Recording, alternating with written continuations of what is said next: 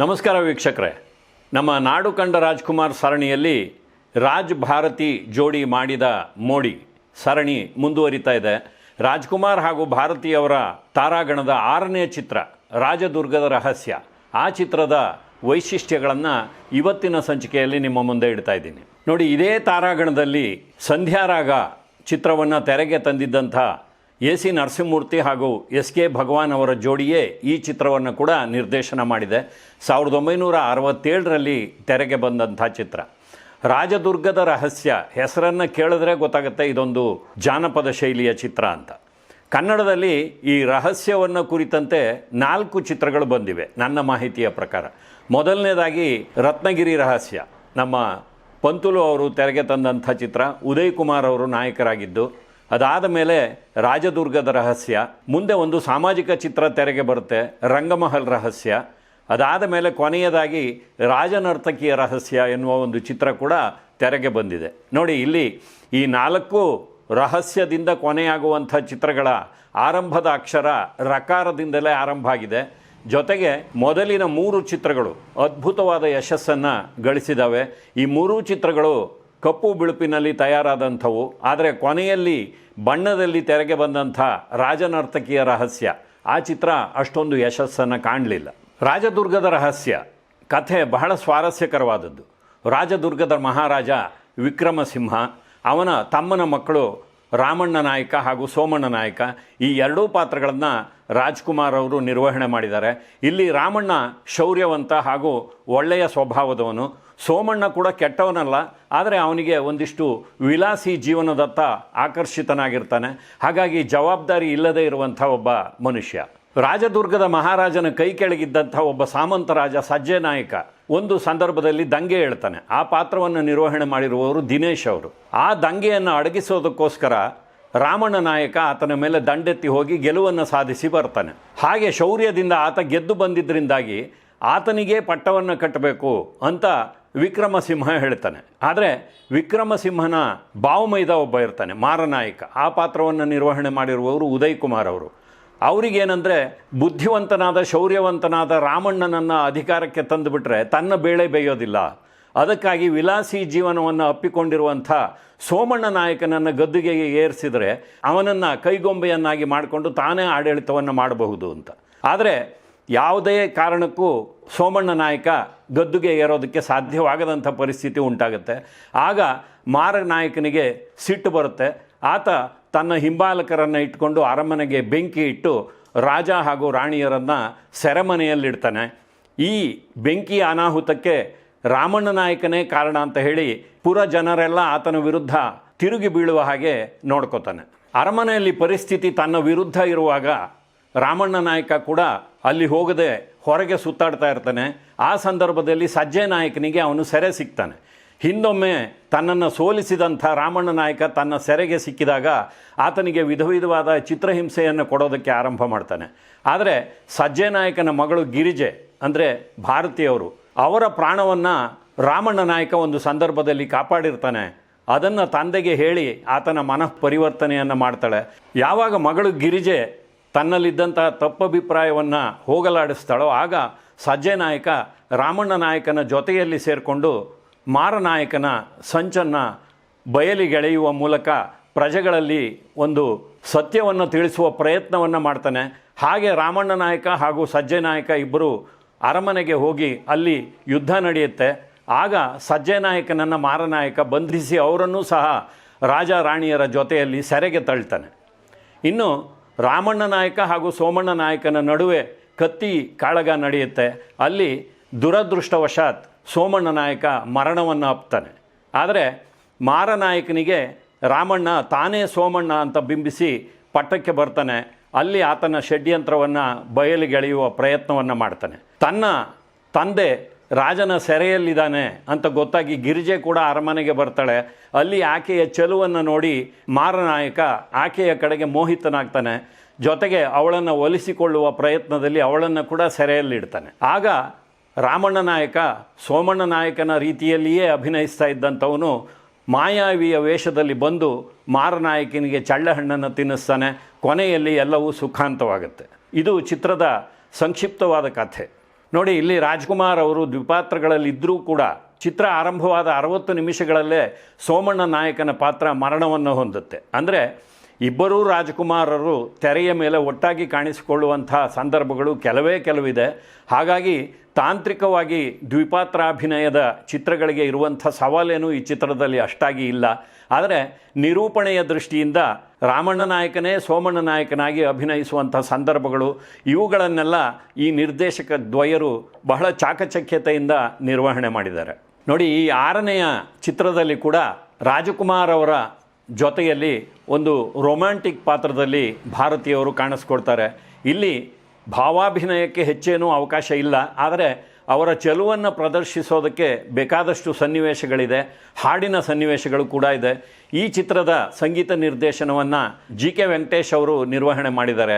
ಇಲ್ಲಿ ಭಾರತಿ ತನ್ನ ಸಖಿಯರ ಜೊತೆಯಲ್ಲಿ ಹಾಡುವಂಥ ಒಂದು ಹಾಡು, ಮೂಡಣದಿಂದ ಮೆಲ್ಲ ಮೆಲ್ಲನೆ ಬಂದವನವನಾರೇ, ತಾವರೆ ಮೊಗಕ್ಕೆ ಮುತ್ತನೊಂದನು ತಂದವನವನಾರೇ, ಹೀಗೆ ಆರಂಭವಾಗುವ ಈ ಗೀತೆಯನ್ನು ಕೇಳಿದಾಗ ನಮಗೆ ಪಾತಾಳ ಮೋಹಿನಿ ಚಿತ್ರದಲ್ಲಿ ರಾಜನ್ ನಾಗೇಂದ್ರ ಅವರ ಒಂದು ಸಂಯೋಜನೆ, ಚಿಲಿಪಿಲಿ ಗುಟ್ಟುವ ಹಕ್ಕಿಯ ಕಂಠದಿ ಇಂಪನು ಇಟ್ಟವನ್ಯಾರೇ, ಈ ಹಾಡಿನ ನೆನಪು ಬರುತ್ತೆ. ಜೊತೆಗೆ ಕೆಲವು ಕವಿಗಳ ರಚನೆಯಲ್ಲಿ ಕೂಡ ಇಂಥ ಒಂದು ಪ್ರಯೋಗವನ್ನು ನಾವು ನೋಡ್ತೀವಿ. ಇನ್ನು ರಾಜ್ಕುಮಾರ್ ಹಾಗೂ ಭಾರತಿಯವರ ನಡುವೆ ಒಂದು ಯುಗಳ ಗೀತೆ ಕೂಡ ಇದೆ. ಕಾಣುವ ತನಕ ನೀನೆಲ್ಲೋ ನಾನೆಲ್ಲೋ, ಕಂಡ ಬಳಿಕ ನೀನೆಲ್ಲೋ ನಾನಲ್ಲೇ, ಇದು ಕೂಡ ಬಹಳ ಯಶಸ್ವಿಯಾದಂಥ ಒಂದು ಗೀತೆ. ಇನ್ನು ಈ ಚಿತ್ರದ ಕಥೆಯನ್ನು ಈಗಾಗಲೇ ನಾನು ಸಂಕ್ಷಿಪ್ತವಾಗಿ ಹೇಳಿದ್ದೀನಿ. ನಿಮಗೆ ಈ ಕಥೆಯನ್ನು ಕೇಳಿದಾಗ ಎಲ್ಲೋ ಒಂದು ಕಡೆ ಇಂಥದ್ದೇ ಸನ್ನಿವೇಶವನ್ನು ಬೇರೆ ಕೆಲವು ಚಿತ್ರಗಳಲ್ಲಿ ನೋಡಿದ್ದೀವಲ್ಲ ಅಂತ ಖಂಡಿತವಾಗಿಯೂ ಅನಿಸಿರಲಿಕ್ಕೆ ಸಾಕು. ಅದಕ್ಕೆ ನೀವು ಸ್ವಲ್ಪ ಹಿಂದಕ್ಕೆ ಹೋಗಬೇಕಾಗುತ್ತೆ. ವೀರಕೇಸರಿ ಚಿತ್ರದಲ್ಲಿ ಇದೇ ರೀತಿಯ ಸನ್ನಿವೇಶವನ್ನು ನೀವು ನೋಡ್ತೀರಿ. ಅಂದರೆ ರಾಜಕುಮಾರಿ ಲೀಲಾವತಿಯವರ ಮೇಲೆ ಉದಯಕುಮಾರ್ ಅವರಿಗೆ ಮೋಹ ಹುಟ್ಟುತ್ತೆ. ಅದಕ್ಕಾಗಿ ಆಕೆಯನ್ನು ಒಲಿಸಿಕೊಳ್ಳುವ ಸಲುವಾಗಿ ಅವಳನ್ನು ಬಂಧಿಸಿ ಇಡ್ತಾರೆ. ಅಲ್ಲಿಗೆ ಮಾಯಾವಿಯ ವೇಷದಲ್ಲಿ ರಾಜ್ಕುಮಾರ್ ಅವರು ಬರ್ತಾರೆ. ಕೊನೆಗೆ ಅಲ್ಲಿ ಕೂಡ ಉದಯಕುಮಾರ್ ಅವರಿಗೆ ಸೋಲಾಗಿ ನಾಯಕ ನಾಯಕಿ ಒಂದಾಗ್ತಾರೆ. ಇದೇ ರೀತಿಯ ಇನ್ನೊಂದು ಚಿತ್ರ ಅಂದರೆ ಕಠಾರಿ ವೀರ. ಕಠಾರಿ ವೀರ ಚಿತ್ರದಲ್ಲಿ ಉದಯ ಚಂದ್ರಿಕಾ ಅವರ ಮೇಲೆ ಉದಯಕುಮಾರ್ ಅವರು ಮೋಹಿತರಾಗ್ತಾರೆ.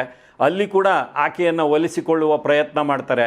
ಆಗ ಸಹ ರಾಜ್ಕುಮಾರ್ ಅವರು ಮಾರು ವೇಷದಲ್ಲಿ ಬಂದು ಆಕೆಯನ್ನು ಅವನಿಂದ ಕಾಪಾಡ್ತಾರೆ. ಇದು 3ನೆಯ ಚಿತ್ರ, ರಾಜದುರ್ಗದ ರಹಸ್ಯ. ಇಲ್ಲಿ ಕೂಡ ಅದೇ ಸೂತ್ರ ಒಂದು ರೀತಿಯಲ್ಲಿ ಪುನರಾವರ್ತಿತವಾಗಿದೆ. ಅಂದರೆ ನೀವು ಸಾಮಾಜಿಕ ಚಿತ್ರಗಳಲ್ಲಿ ಹೇಗೆ ಒಂದೇ ರೀತಿಯ ಸನ್ನಿವೇಶಗಳನ್ನು ಅನೇಕ ಚಿತ್ರಗಳಲ್ಲಿ ನೋಡ್ತಿರೋ, ಹಾಗೆ ಪೌರಾಣಿಕ ಚಿತ್ರಗಳಲ್ಲಿ, ಜಾನಪದ ಶೈಲಿಯ ಚಿತ್ರಗಳಲ್ಲಿ ಕೂಡ ಈ ರೀತಿಯ ಒಂದೇ ಛಾಯೆಯ ಸನ್ನಿವೇಶಗಳನ್ನು ನಾವು ನೋಡಬಹುದಾಗಿತ್ತು. ನೋಡಿ, ಇಲ್ಲಿ ಮಾಯಾವಿಯ ವೇಷದಲ್ಲಿ ರಾಜ್ಕುಮಾರ್ ಅವರು ಬಂದು ಭಾರತೀಯವರನ್ನು ಒಲಿಸಿಕೊಳ್ಳುವ ಪ್ರಯತ್ನ ಮಾಡ್ತಾರೆ. ಆದರೆ ಅವರು ರಾಜ್ಕುಮಾರ್ ಅನ್ನೋದು ಗೊತ್ತಿಲ್ಲದೆ ಆತನನ್ನು ಕೂಡ ಹೊಡೆದೋಡಿಸುವ ಪ್ರಯತ್ನವನ್ನು ಮಾಡ್ತಾರೆ.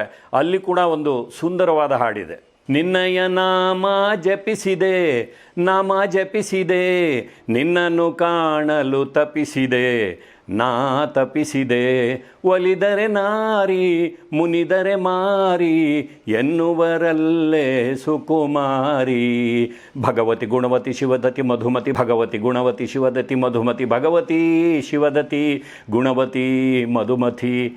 ಒಂದು ರೀತಿಯಲ್ಲಿ ಹಾಸ್ಯಮಯವಾದಂಥ ಒಂದು ಹಾಡು. ಈ ಹಾಡು ಕೂಡ ಸಾಕಷ್ಟು ಜನಪ್ರಿಯತೆಯನ್ನು ಪಡೆದಂಥ ಒಂದು ಗೀತೆ. ನೋಡಿ, ಒಂದು ಜಾನಪದ ಶೈಲಿಯ ಚಿತ್ರವನ್ನು ತೆರೆಗೆ ತಂದಾಗ ಸಾಹಸ ಪ್ರಿಯರಿಗಾಗಿ ಕತ್ತಿ ವರಸೆ, ಯುದ್ಧದ ದೃಶ್ಯಗಳನ್ನು ಇಟ್ಟಿರ್ತಾರೆ. ಅದೇ ರೀತಿಯಲ್ಲಿ ಇನ್ನು ಪ್ರೇಮಿಗಳಿಗೆ ಪ್ರಿಯವಾಗುವಂಥ ರೊಮ್ಯಾಂಟಿಕ್ ದೃಶ್ಯಗಳನ್ನು ಕೂಡ ಚಿತ್ರದಲ್ಲಿ ಅಳವಡಿಸಿರ್ತಾರೆ. ಇವೆಲ್ಲವೂ ಈ ಚಿತ್ರದಲ್ಲಿ ಒಂದು ರೀತಿಯಲ್ಲಿ ಹದವಾಗಿ ಮಿಳಿತಗೊಂಡು ತೆರೆಗೆ ಬಂದಿದೆ. ಇನ್ನು ಚಿತ್ರಕ್ಕೆ ಬಹಳ ಮುಖ್ಯವಾದಂಥ ಅಂಶ ಹಾಸ್ಯ. ಆ ಹಾಸ್ಯ ಕೂಡ ಈ ಚಿತ್ರದಲ್ಲಿ ಅದ್ಭುತವಾಗಿ ಮೂಡಿಬಂದಿದೆ. ಇಲ್ಲಿ ಹಾಸ್ಯ ಕಲಾವಿದರಾಗಿ ಬೆಂಗಳೂರು ನಾಗೇಶ್ ಹಾಗೂ ನರಸಿಂಹರಾಜು ಅವರು ಗಣಪತಿ ಭಟ್ ಅವರ ಜೊತೆಯಲ್ಲಿ ಅಭಿನಯಿಸಿರುವಂಥ ದೃಶ್ಯಗಳನ್ನು ನೀವು ನೋಡಿಯೇ ಸವಿಯಬೇಕು. ಗಣಪತಿ ಭಟ್ ಅವರ ಮಗಳನ್ನು ಮದುವೆ ಮಾಡ್ಕೋಬೇಕು ಅಂತ ಈ ಇಬ್ಬರೂ ಬರ್ತಾರೆ. ಆದರೆ ಆಕೆಯನ್ನು ನೋಡಿದ ಮೇಲೆ ಸದ್ಯ ನಮಗೆ ಈಕೆಯನ್ನು ಮದುವೆ ಮಾಡ್ಕೊಳ್ಳೋದು ಬೇಡ ಅಂತ ತೀರ್ಮಾನ ಮಾಡ್ತಾರೆ.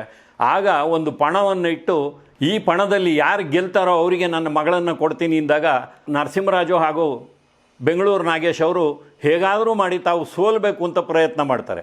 ಆದರೆ ಸೋಲೋದು ಬಹಳ ಕಷ್ಟ, ಗೆಲ್ಲೋದು ಸುಲಭ. ಇಬ್ಬರೂ ಸೋಲೋದಕ್ಕೆ ಪ್ರಯತ್ನ ಮಾಡಿದಾಗ ಎಷ್ಟು ತಮಾಷೆಯಾದ ಸನ್ನಿವೇಶ ಉದ್ಭವ ಆಗುತ್ತೆ. ಕೊನೆಯಲ್ಲಿ ಸೋತ ಮೇಲೆ ಗೊತ್ತಾಗುತ್ತೆ ಅವರು ಹೇಳಿದ್ದು ಸುಳ್ಳು, ಆಕೆ ಸುಂದರಿಯಾದ ಯುವತಿ ಅಂತ. ಆಗ ಕೈ ಹಿಸುಕ್ಕೋತಾರೆ. ಈ ರೀತಿಯ ಒಂದು ಹಾಸ್ಯವನ್ನು ಅಲ್ಲಿ ತಂದಿದ್ದಾರೆ. ಇನ್ನು ಕುದುರೆ ಸವಾರಿ, ಕತ್ತಿ ವರಸೆ, ಯುದ್ಧದ ಸನ್ನಿವೇಶಗಳು ಇವೆಲ್ಲವೂ ಅದ್ಭುತವಾಗಿ ಮೂಡಿಬಂದಿವೆ. ಎಂದಿನಂತೆ ರಾಜ್ಕುಮಾರ್ ಅವರು ಕೂಡ ಲೀಲಾಜಾಲವಾಗಿ ಅಭಿನಯವನ್ನು ನಿರ್ವಹಣೆ ಮಾಡಿದ್ದಾರೆ. 1967ನೇ ಇಸ್ವಿ ಆಗಸ್ಟ್ 4ನೇ ತಾರೀಕು ರಾಜ್ಯದ 9 ಚಿತ್ರಮಂದಿರಗಳಲ್ಲಿ ಈ ಚಿತ್ರ ಬಿಡುಗಡೆಯಾಗುತ್ತೆ. ಬೆಂಗಳೂರಿನಲ್ಲಿ ಕೆಂಪೇಗೌಡ ಹಾಗೂ ಶಿವಾಜಿ ಚಿತ್ರಮಂದಿರಗಳಲ್ಲಿ ಈ ಚಿತ್ರ ಬಿಡುಗಡೆಯಾದಂಥ ಒಂದು ದಾಖಲೆ ಇದೆ. ಕೆಂಪೇಗೌಡ ಚಿತ್ರಮಂದಿರದಲ್ಲಿ 8 ವಾರಗಳ ಪ್ರದರ್ಶನವನ್ನು ಕಂಡಿದೆ.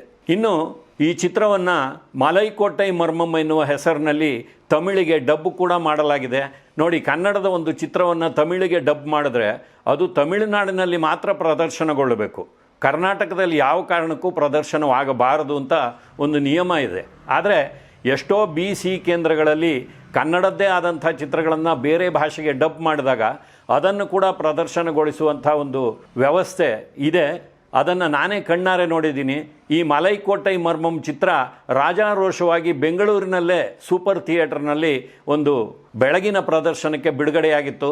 ಆ ಚಿತ್ರವನ್ನು ನಾನು ಕೂಡ ವೀಕ್ಷಣೆ ಮಾಡಿದ್ದೀನಿ. ಬಹುಶಃ ಅದು ಈ ಚಳುವಳಿಗಾರರ ಕಣ್ಣು ತಪ್ಪಿಸಿ ಪ್ರದರ್ಶನವಾದಂಥ ಚಿತ್ರ. ನೋಡಿ, ನಿರ್ದೇಶಕ ಭಗವಾನ್ ಅವರು ಕನ್ನಡ ಚಿತ್ರರಂಗದಲ್ಲಿ ತಮ್ಮದೇ ಆದಂಥ ಹೆಜ್ಜೆ ಗುರುತುಗಳನ್ನು ಮೂಡಿಸಿರುವಂಥ ಒಬ್ಬ ಸಮರ್ಥ ನಿರ್ದೇಶಕರು. ಅವರು ಆರಂಭದ 2 ಚಿತ್ರಗಳನ್ನು, ಅಂದರೆ ಮೊದಲನೇದಾಗಿ ಸಂಧ್ಯಾರಾಗ ಹಾಗೂ ಈ ರಾಜದುರ್ಗದ ರಹಸ್ಯ, ಈ 2 ಚಿತ್ರಗಳನ್ನು AC ನರಸಿಂಹಮೂರ್ತಿ ಅವರ ಜೊತೆಯಲ್ಲಿ ಜಂಟಿಯಾಗಿ ನಿರ್ದೇಶನ ಮಾಡ್ತಾರೆ.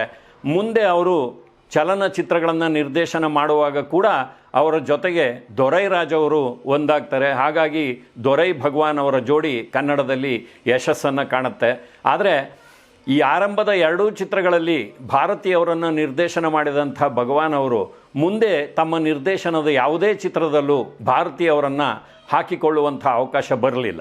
ಈ ಚಿತ್ರದಲ್ಲಿ ಗಮನಿಸಬೇಕಾದ ಇನ್ನೂ ಒಂದು ವೈಶಿಷ್ಟ್ಯ ಅಂದರೆ, ಇದಕ್ಕೆ ಮೊದಲು ನಾವು ಸಂಚಿಕೆಯನ್ನು ಮಾಡಿದ್ದಂಥ ಚಿತ್ರ ರಾಜಶೇಖರ. ಆ ಚಿತ್ರದಲ್ಲಿ ಕೂಡ ದಿನೇಶ್ ಅವರು ಭಾರತೀಯವರ ತಂದೆಯಾಗಿ ಅಭಿನಯಿಸ್ತಾರೆ. ಇಲ್ಲಿ ಕೂಡ ದಿನೇಶ್ ಅವರು ಭಾರತೀಯವರ ತಂದೆಯಾಗಿಯೇ ಕಾಣಿಸ್ಕೊಂಡಿದ್ದಾರೆ. ಮುಂದೆ ಎಷ್ಟೋ ಚಿತ್ರಗಳಲ್ಲಿ ಭಾರತೀಯವರನ್ನು ಗೋಳು ಹೊಯ್ದುಕೊಳ್ಳುವಂಥ ಖಳನಾಯಕನಾಗಿ ಕೂಡ ದಿನೇಶ್ ಅವರು ಕಾಣಿಸಿಕೊಂಡಂಥ ಉದಾಹರಣೆಗಳಿದೆ. ಆ ಉದಾಹರಣೆಗಳೆಲ್ಲ ಮುಂದಿನ ಚಿತ್ರದ ಕುರಿತಾದ ಸಂಚಿಕೆಯಲ್ಲಿ ನಿಮ್ಮ ಮುಂದೆ ಬರುತ್ತೆ ಅಂತ ಹೇಳಿ ಮತ್ತೆ ಮುಂದಿನ ಸಂಚಿಕೆಯಲ್ಲಿ ಭೇಟಿ ಮಾಡ್ತೀನಿ. ನಮಸ್ಕಾರ.